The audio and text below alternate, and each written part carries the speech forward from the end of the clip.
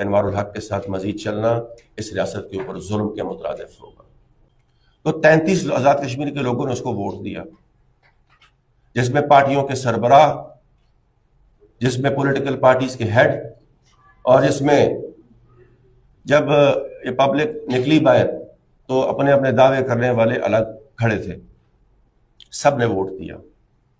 لیکن کیونکہ ٹارگٹ ہم تھے، نشانہ ہمیں بنانا تھا، قتل ہمارا مقصود تھا، اس لیے اپنے بیانیے کی نظر ہمیں کر دیا گیا۔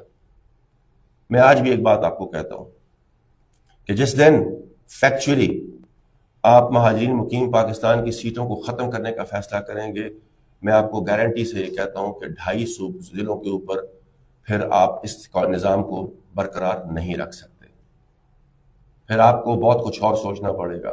اور اگر کچھ دوست اس در پہ ہیں کہ وہ ان سارے عوامل کو پس پش ڈال کے کسی اور کے ایجنڈے کو تقویت پہنچانا چاہتے ہیں، تو وہ فیکٹس بھی میرے خیال جلدی عوام کے سامنے آ جائیں گے۔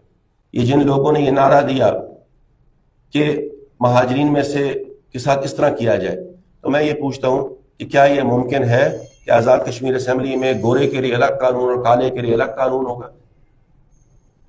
کیا گورے کو وزیر بنا دیا جائے گا اور اسی کانسٹیٹیوشن کی اسی کلاس کے تحت منتخب ہونے والے کالے کو وزیر نہیں بنایا جائے گا؟ یہ ریسسٹ اپروچ تھی، اور اس ریسسٹ اپروچ کے پیچھے ایک پورا مائنڈ سیٹ تھا۔ اور آپ کو یاد ہوگا کہ یہ مائنڈ سیٹ دیکھیں، جہاں تک عوامی تحریکوں کا تعلق ہے، ہم نے کبھی بھی نہیں کہا کہ عوامی حقوق پہ شب و خون مارا جائے۔